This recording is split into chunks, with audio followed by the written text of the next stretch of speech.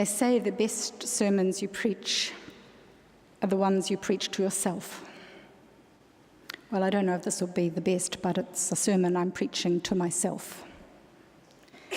And so if anything I say today resonates with you, well, so be it. But if you know all this stuff, well, God bless you.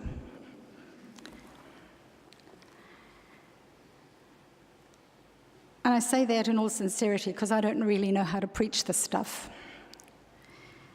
I don't know how to preach it. I don't want to preach it. I found myself saying despairingly when I read the lessons for today, I don't know how to preach this stuff. Those were the words coming out of my mouth while tears were pouring down my face. Why me again? I said. Why can't the gospel be good news? Why can't it be what it says, good news? How come I draw the dark and troublesome passages?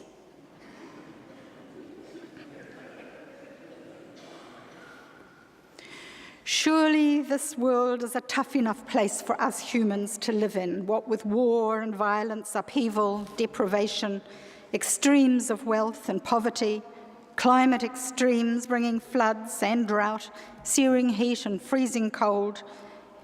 It all seems to be spiraling out of control on many fronts at the moment. Surely we could do with words of comfort and hope right now. And I sat crying at the mess our world seems to be in, at the uncomfortable Bible reading set for today that I was trying to face up to, and with my mentor's admonishment to preach the gospel and not to skip the bits I don't like ringing in my ears. I was a bit of a sorry mess.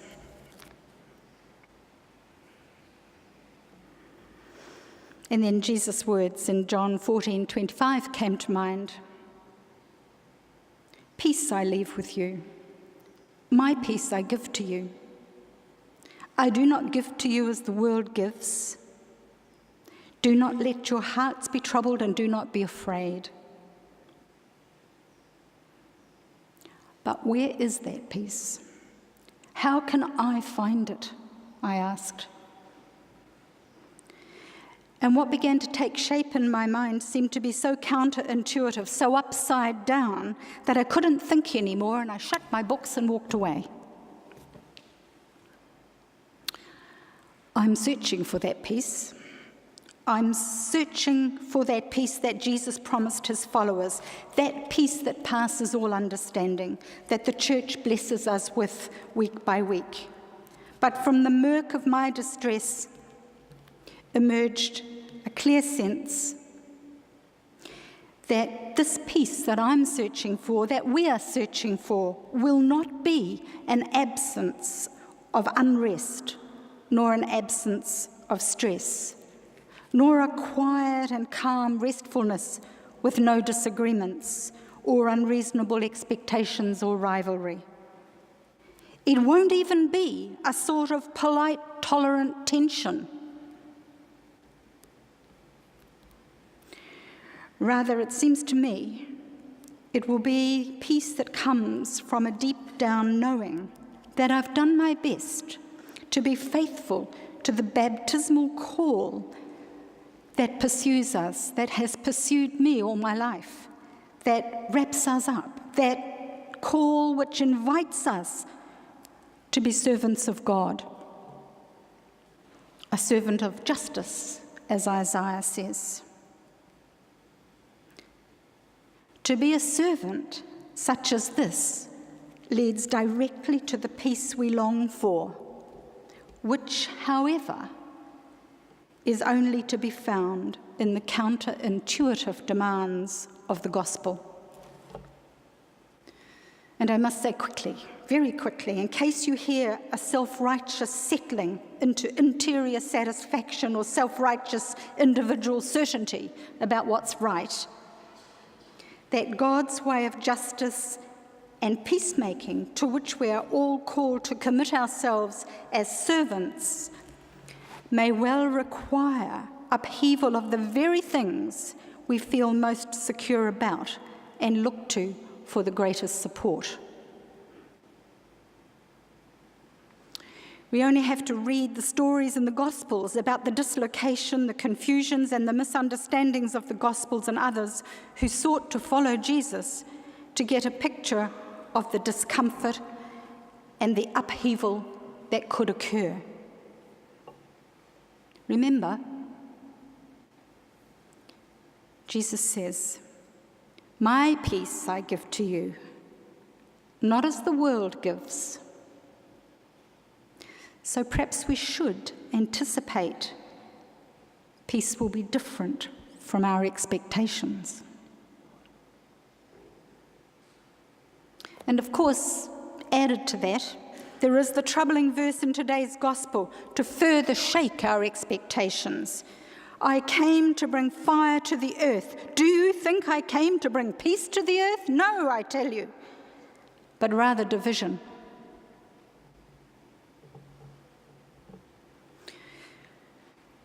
Luke's Jesus doesn't just head into the seat of political and religious power to turn things upside down and make change. We're used to hearing about that, about the journey to Jerusalem and the confrontation with political leaders and with temple leaders. That's not new. We're used to hearing that. Luke's Jesus confronts the very heart of the community, the core structure, the place of safety and security. He confronts the family.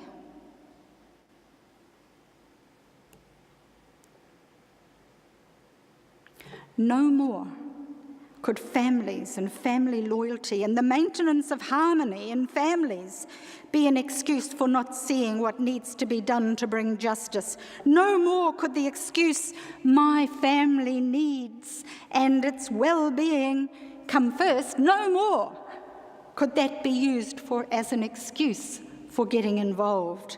Family is being dethroned from its right to make unconditional claims on us.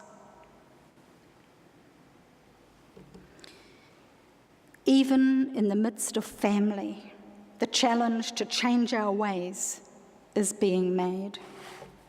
It seems every place is to be unsettled by the demands for love and justice-making that will bring life and peace and hope to people both in our family and beyond our own familial circle. It seems all the certainties, family, tradition, culture, religion, and political power are to be turned upside down. The writer of today's gospel, Luke, as he's known, writing late in the 1st century, or perhaps even the first decade of the 2nd century, as some contemporary scholars think, Luke lets us know that the world of his time and of Jesus' time was not all calm and tension-free. It was not a place of unity of belief and practice, no matter what we would like to think.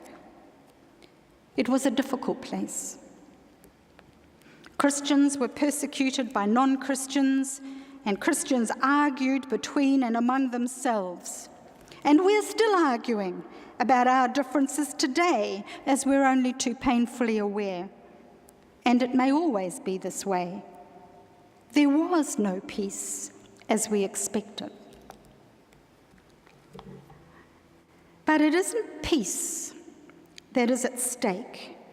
It isn't the absence of argumentation, the absence of disharmony that we expect when we talk about peace. Rather, it is life itself and love and hope that is at stake. It is Jesus' vision for a new and different way of relationships between humans and the earth and with all earth creatures that is at stake. And we're warned, even family, even church, even national pride can't get in the way of this. So how's the weather?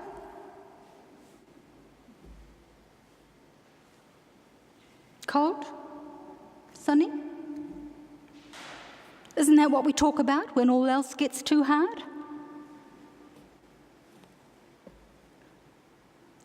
Luke's very clever here.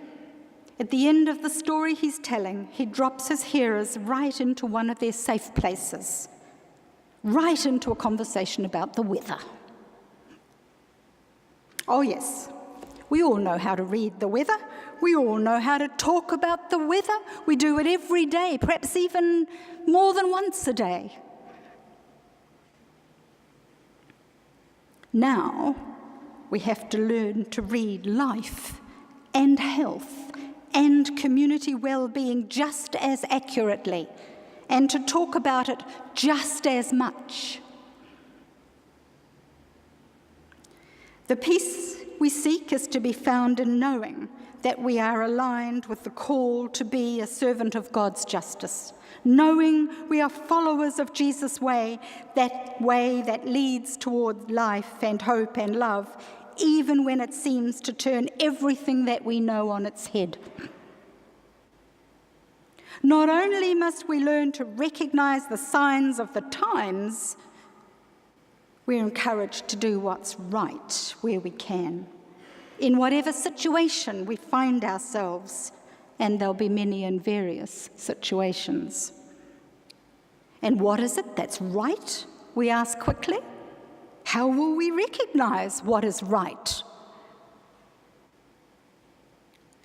The great commandment, to love one another and to love our neighbours as ourselves, is the clue. It is this commandment that underscores Jesus' vision of the kingdom of God come on earth and motivated him in his struggle toward that vision that he engaged in right up to his death.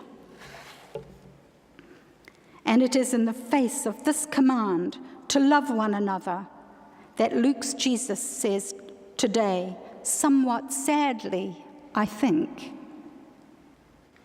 I came to bring fire to the earth. How I wish it was already kindled. The fire Jesus wants to kindle is an image most probably of the fire that heats up the earth oven found in the midst of every village. That earth oven, the fire tended and kept alight, that earth oven that bakes the bread for the community. And that's the bread that we're called to share without privilege or favour among all people.